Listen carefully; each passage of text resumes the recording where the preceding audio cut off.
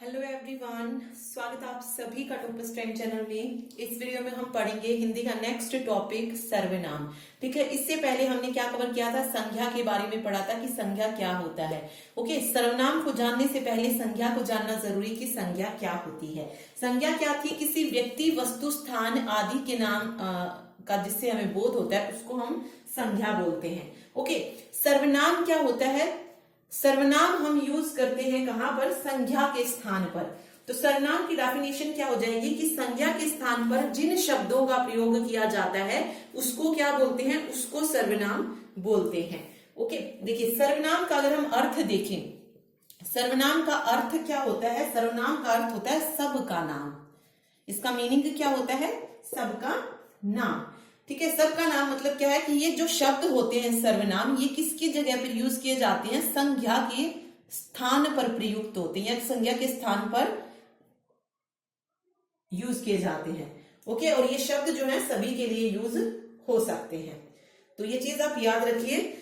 इसकी जो डेफिनेशन होगी वो क्या होगी, संज्ञा के स्थान पर जिन शब्दों का प्रयोग किया जाता है उसे सर्वनाम कहते हैं। देखिए कौन कौन से वर्ड्स हम संज्ञा के स्थान पर यूज कर सकते हैं, मैं, तुम, वह, हम, आप, तुम्हारा, मेरा, उसका, उसकी, ये सब क्या है, ये सर्वनाम है जिनको हम संज्ञा के स्थान पर यूज करते हैं। देखिए एक एग्जांपल से देखते हैं कि हमने किस सेंटेंस में सर्वनाम का यूज जो है किया है। ओके चलिए देखिए, मैंने एक लिखा, यह मेरे गुरुजी का चित्र है।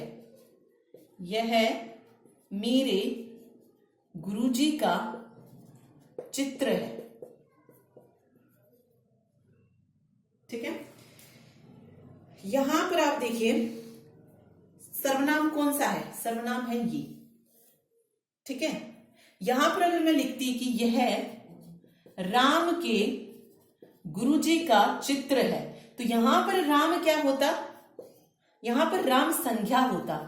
जब मैंने इस संज्ञा की जगह क्या यूज कर दिया, मेरे या तुम्हारे, यह तुम्हारे गुरुजी का चित्र है, तो ये जो वर्ड्स संज्ञा की जगह पर यूज हुए हैं इनको क्या कहते हैं, सर्वनाम इनको बोला जाता है। ओके, तो बस ये सिंपल सा ये पता होना चाहिए आपको। चलिए आगे देखते हैं। देखिए सर्वनाम के जो है भेद पूछे जाते हैं, कितने होते हैं, तो सर्वनाम के 6 भेद होते हैं। कितने भेद होते हैं, 6 भेद। कौन कौन सा, देखिए सबसे पहले है पुरुषवाचक सर्वनाम। पुरुषवाचक 6 के 6 का आपको नाम पता होना चाहिए। दूसरा जो सर्वनाम है वो है निश्चयवाचक, पुरुषवाचक, निश्चयवाचक। तीसरा है अनिश्चयवाचक, अनिश्चयवाचक सर्वनाम। फोर्थ है प्रश्नवाचक सर्वनाम, प्रश्नवाचक। फिफ्थ है संबंधवाचक सर्वनाम, और सिक्स्थ जो लास्ट है उसे कहते हैं निजवाचक सर्वनाम। अब यहां से क्वेश्चन आता है कि इनमें से कौन सा निजवाचक सर्वनाम है, कौन सा पुरुषवाचक है, कौन सा निश्चयवाचक है। ऐसा क्वेश्चन जो है वो सर्वनाम से रिलेटेड देते हैं। तो इनको वन बाय वन जो है हम थोड़ा सा डिटेल में पढ़ते हैं। देखिए सबसे पहले हम पढ़ रहे हैं पुरुषवाचक सर्वनाम को, कि पुरुषवाचक सर्वनाम क्या होता है। देखिए पुरुषवाचक सर्वनाम क्या है कि बोलने वाला अपने लिए और सुनने वालों के लिए या किसी अन्य व्यक्ति के लिए जिन सर्वनाम शब्द का यूज करता है उन्हें पुरुषवाचक कहते हैं। देखिए क्या क्या बोला हमने, बोलने वाला जो बोल रहा है, बोलने वाला अपने लिए जिस वर्ड का यूज करे, ठीक है, और सुनने वालों के लिए जिस वर्ड का यूज करे। बोलने वाला अपने लिए, सुनने वालों के लिए, और साथ में किसी अन्य व्यक्ति के लिए, अन्य व्यक्ति के लिए जिस शब्द का यूज करता है उसको पुरुषवाचक सर्वनाम क्या कहते हैं। ओके चलिए अभी देखते हैं, एक एग्जांपल से देखते हैं कि उसमें खुद के लिए क्या यूज हो रहा है, दूसरे के लिए क्या यूज हो रहा है। जैसे मैंने लिखा, नीति ने मुझसे कहा, नीति ने मुझसे कहा कि वह अब ठीक है। नीति ने मुझसे कहा कि वह अब ठीक है। अब नीति तो यहां पे क्या है, संज्ञा है। अब बात आती है मुझसे। मुझसे किसकी बात हो रही है, कहने वाले के लिए, जो ये आपको बता रहा है, तो ये किसके लिए यूज हुआ? कहने वाले के लिए। ठीक है, तो ये कहने वाले के लिए यूज हुआ है। मुझसे, नीति ने मुझसे कहा कि वह अब ठीक है। ओके, अगर मैं लिखूं सनी ने कहा मैं आज तुम्हें अवश्य मिलूंगा। मैं जो है ये किसके लिए यूज हो रहा है? मतलब जो भी बोल रहा है, बोलने वाला अपने लिए यूज कर रहा है। सेम इसमें भी बोलने वाला ही यूज कर रहा है, मुझसे कहा। ओके, तो अपने लिए जो है ये यूज किया है। ठीक, तो यहां पर मुझसे क्या हो जाएगा? पुरुषवाचक सर्वनाम हो जाएगा। पुरुषवाचक सर्वनाम में और भी जैसे मैं बात करूं तो और क्या क्या आता है? जैसे मैं, ये पुरुषवाचक सर्वनाम है। इसके अलावा मुझसे पुरुषवाचक सर्वनाम है। तुम्हें, ये भी पुरुषवाचक है। वह, ठीक है, ये सारे क्या है? पुरुषवाचक सर्वनाम है। पुरुषवाचक सर्वनाम के जो है 3 भेद होते हैं। पुरुषवाचक सर्वनाम के क्या होते हैं? कितने भेद होते हैं? 3 भेद होते हैं। कौन कौन से होते हैं ये भी पूछा जाता है।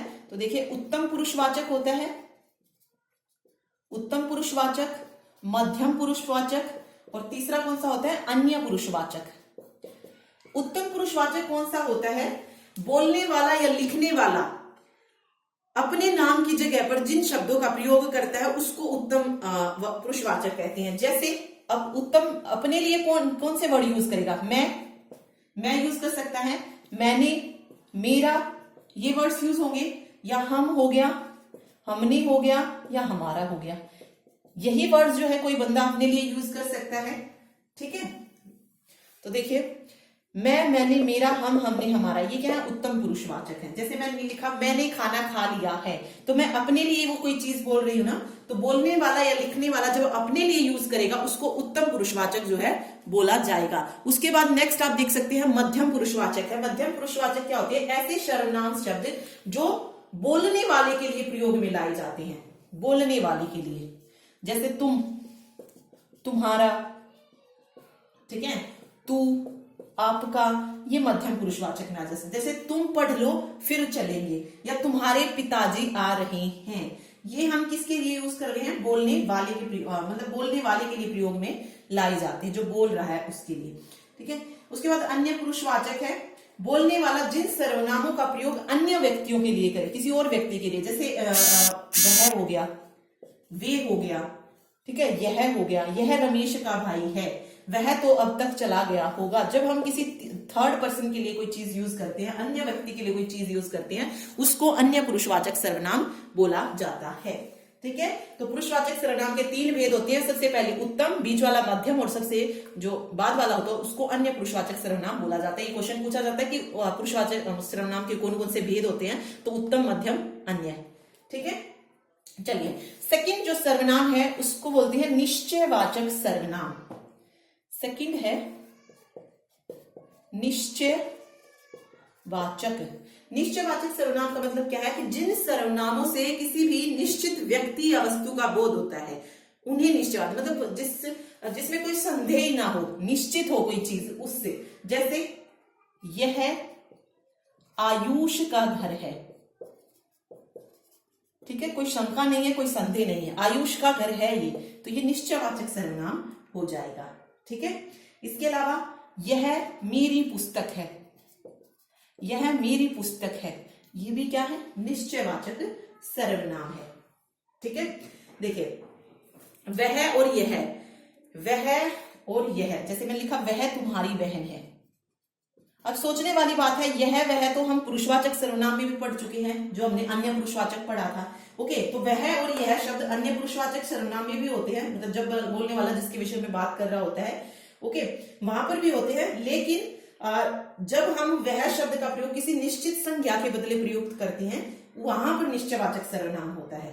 ठीक है, ओके, तो यह आयुष का घर है, यहां पर निश्चयवाचक हो जाएगा। यहां पर ये पूछा जाए यह मेरी पुस्तक है, तो यहां पर आप ये मत लगा देना कि अन्य पुरुषवाचक, क्योंकि यहाँ पे हम किसी और के बारे में नहीं बात कर रही हैं। ओके, किसी निश्चित चीज के बारे में जब हम बात करेंगे तो वहां पर निश्चयवाचक सर्वनाम होगा। ठीक, चलिए ऐसे ही एक होता है अनिश्चयवाचक। निश्चय में कोई चीज निश्चित हो, उसमें था निश्चित व्यक्ति या वस्तु का बोध कराए। अनिश्चयवाचक में क्या होता है कि जब सर्वनाम, अनिश्चयवाचक जिस सर्वनाम शब्दों से किसी व्यक्ति, वस्तु और व्यक्ति का बोध हमें नहीं होता है उसको हम अनिश्चयवाचक, जैसे कोई गा रहा है, कोई गा रहा है। अब कोई गा रहा है, हमें नहीं पता कौन गा रहा है, तो ये अनिश्चयवाचक सर्वनाम हो जाएगा। वह कुछ लाया, मतलब लाया है लेकिन क्या लाया है हमें नहीं पता है। ओके, अब मैं लिखूं वह केले लाया, तो वहां पर अनिश्चयवाचक मतलब निश्चयवाचक हो जाएगा, हमें पता कि भाई क्या लेकर आया है। लेकिन वहां पे कुछ लाया है तो वो अनिश्चयवाचक जो है सर्वनाम हो जाएगा। ओके, तो अगर किसी वाक्य में किसी वर्ड आए, कोई वर्ड आए या कुछ आए, तो इन शब्दों का जहां पर यूज होता है जिससे हमें निश्चितता का पता नहीं चलता है, वहां पर अनिश्चयवाचक सर्वनाम होता है। ठीक, चलिए अगला है संबंधवाचक सर्वनाम। नेक्स्ट जो है वो है संबंधवाचक सर्वनाम। संबंधवाचक सर्वनाम क्या है कि जिस सर्वनाम का प्रयोग वाक्य के दूसरे सर्वनाम शब्द के लिए प्रयोग किया जाता है, यानी कि जिसमें हम संबंध दर्शाते हैं उन्हें संबंधवाचक सर्वनाम बोलते हैं। ओके, जैसे जिसकी लाठी उसकी भैंस, जिसकी लाठी उसकी भैंस, ये क्या है, संबंध बता रहा है कि लाठी जिसकी है भैंस उसी की है, तो जिसकी उसकी ये संबंध दर्शा रहे हैं, तो ये संबंधवाचक सर्वनाम जो है हो जाएंगे। तो जिस भी वाक्य में आपको जिसकी दिखे, उसकी दिखे या उसे दिखे, तो ये संबंध बताते हैं। जब मतलब दो सर्वनाम के बीच में जब संबंध दर्शाए वहां पर संबंधवाचक, जिसकी उसकी। अब ये एक दूसरे से रिलेटेड है कि जिसकी लाठी है उसी की भैंस है, तो यहां पर संबंधवाचक सर्वनाम हो जाएगा। जब दो शब्दों से जब दो सर्वनामों के संबंध का पता चलता है वहां पर संबंधवाचक सर्वनाम होता है। ठीक है, चलिए आगे देखिए। नेक्स्ट है प्रश्नवाचक सर्वनाम।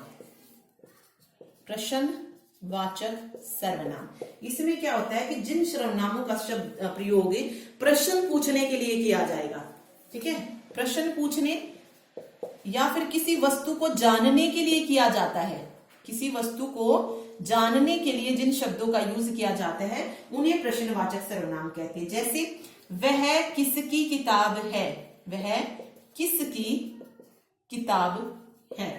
ठीक है, एक तो प्रश्नवाचक तो आएगा ही, तो वैसे ही पता चल जाएगा। ओके, कौन आया है, हम यहाँ पे प्रश्न पूछ रहे हैं ना कि कौन आया है, ठीक है, तो ये क्या हो जाएगा, ये प्रश्नवाचक सर्वनाम हो जाएगा। या मैंने लिखा पिताजी ने क्या कहा, पिताजी ने क्या कहा, हम पूछ रहे हैं ये चीज कि क्या कहा है पिताजी ने, तो ये प्रश्नवाचक सर्वनाम यहाँ पर हो जाएगा। तो जिस भी वाक्य में किसकी, क्या, कौन ये शब्द आते हैं वहां पर प्रश्नवाचक सर्वनाम होगा। तो ये आपको ना इनकी पहचान याद रखनी है कि किसमें कौन से शब्द जो है यूज हो रहे हैं। ठीक है, चलिए सिक्स्थ जो लास्ट इसका भेद होता है वो कौन सा होता है, निजवाचक सर्वनाम। निज मतलब अपना, जो शब्द अपनेपन का बोध कराने के लिए यूज किए जाते हैं उनको हम निजवाचक कहते हैं। यहां से हमें अपनेपन का बोध होता है। जैसे मैंने लिखा वह अपना कार्य कर रहा है, वह अपना कार्य कर रहा है, ये खुद का कार्य कर रहा है ना, तो यहाँ पे अपना क्या है, निजवाचक सर्वनाम है। फिर है अपना काम स्वयं करो, अपना काम स्वयं करो, तो अपना और स्वयं ये क्या है, निजवाचक सर्वनाम है। तो जिस भी वाक्य में अपना, अपने या स्वयं शब्द का प्रयोग होता है वो निजवाचक सर्वनाम जो है कहलाते हैं। ठीक है, ओके, ये याद रखिए। ये 6 भेद होते हैं सर्वनाम के, इनकी पहचान मैंने आपको बता दी है कि किसमें आपको क्या याद रखना है। ठीक, तो ये था लेक्चर सर्वनाम से रिलेटेड। देखिए हिंदी का जो सिलेबस है हम जल्द से जल्द खत्म करेंगे। उसके बाद जो भी पेपर हमारे हुए हैं, चाहे ऑनलाइन में हुए हैं चाहे ऑफलाइन में हुए हैं, उसमें जो भी हिंदी पूछी गई है उसकी तैयारी करेंगे। फिर उनको 1 बाय 1 जो है हम सोल्व करके देखेंगे कि कैसे क्वेश्चन जो थे वहां पे पूछे गए थे, सभी ऑनलाइन एग्जाम और सारे ऑफलाइन एग्जाम्स की। एक बार हमारा सिलेबस कवर हो जाए हिंदी का कंप्लीट, उसके बाद। ठीक है, तो ये था आज का lecture. Thank you so much. Video अच्छी लगी तो लाइक जरूर कीजिएगा। Thank you.